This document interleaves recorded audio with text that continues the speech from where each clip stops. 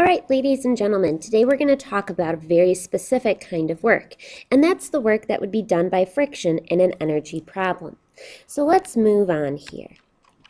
Remember, we are going to see that work is going to change the energy. When an object encounters friction, the object will slow down. What this means is that we are going to see a change in kinetic energy. So when we are going to be doing this, we would be able to say that work would be able to equal my kinetic energy final minus my kinetic energy initial.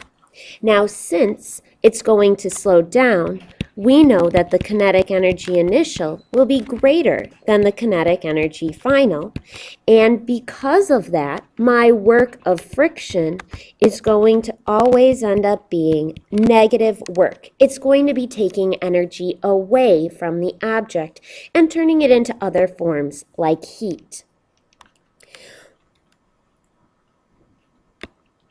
Now, when we go to figure out how we're going to determine how much work the friction is doing, we first want to start with our regular work equation. We know that work is going to equal force times distance.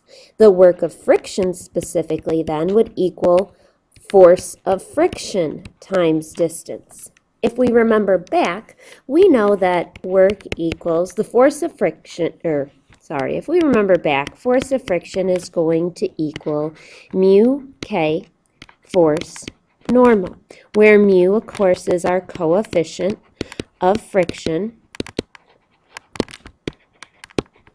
and that's specific to the surface that we have. Force normal in most of our situations is of an object sitting down.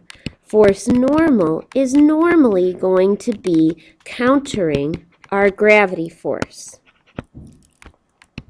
So force normal normally equals force of gravity, which of course equals mass times 9.8. So let's plug all of this stuff into here. Okay, we're going to say, all right, instead it's going to equal mu k times the force normal times distance, or if we really want to lay it all out, mu k times the mass of the object times 9.8 times d. And this is what we're going to be using as we go through and solve our problems.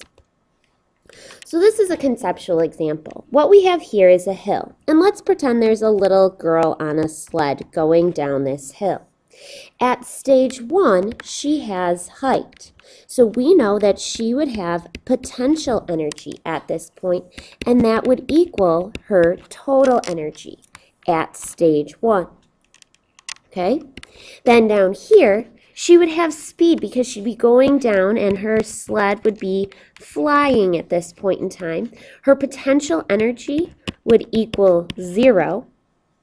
And at stage 2 here, and her total energy at stage 2 would equal her total kinetic energy at stage 2.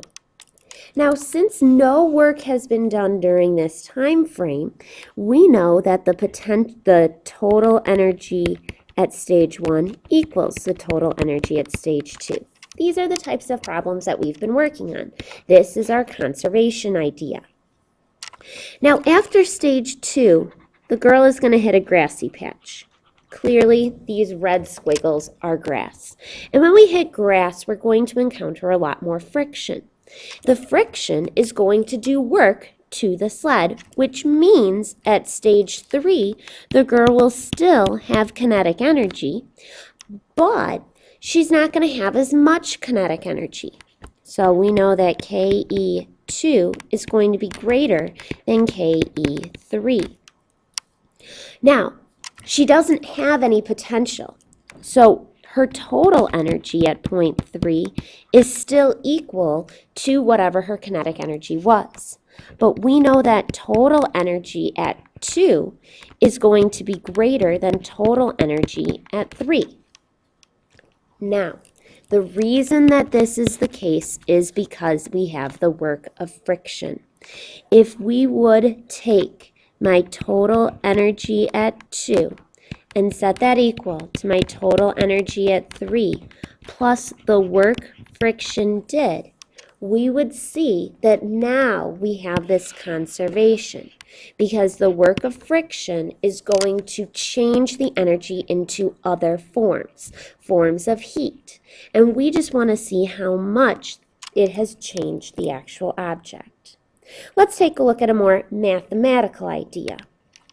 Okay, here I have a 2 kilogram mass and it's moving at 3 meters per second. It hits a patch of friction and takes 1 meter to come to a stop. And we want to determine the coefficient of friction. So at this point, I have kinetic energy, and that equals my total energy. Over here, I have 0 kinetic energy and 0 total energy because I haven't gained anything.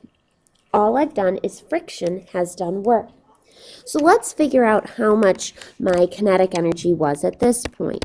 If I go through here, my kinetic energy would be 1/2 mv squared.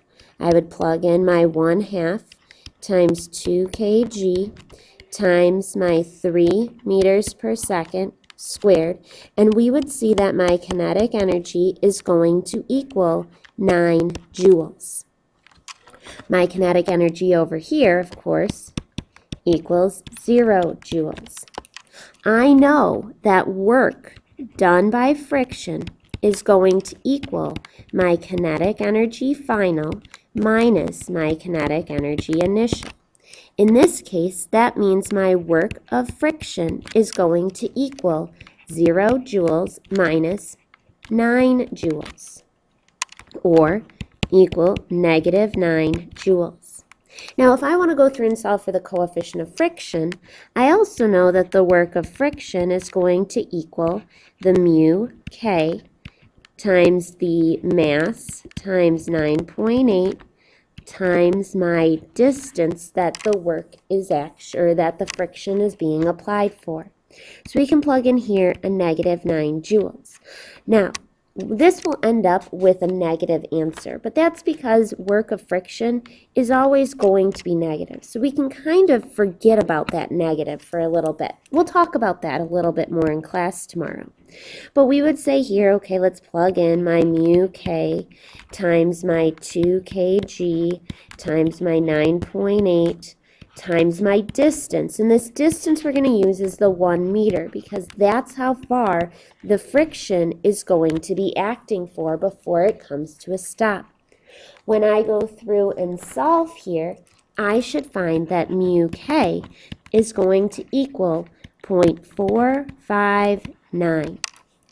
All right? Now, I want you to try this challenge problem.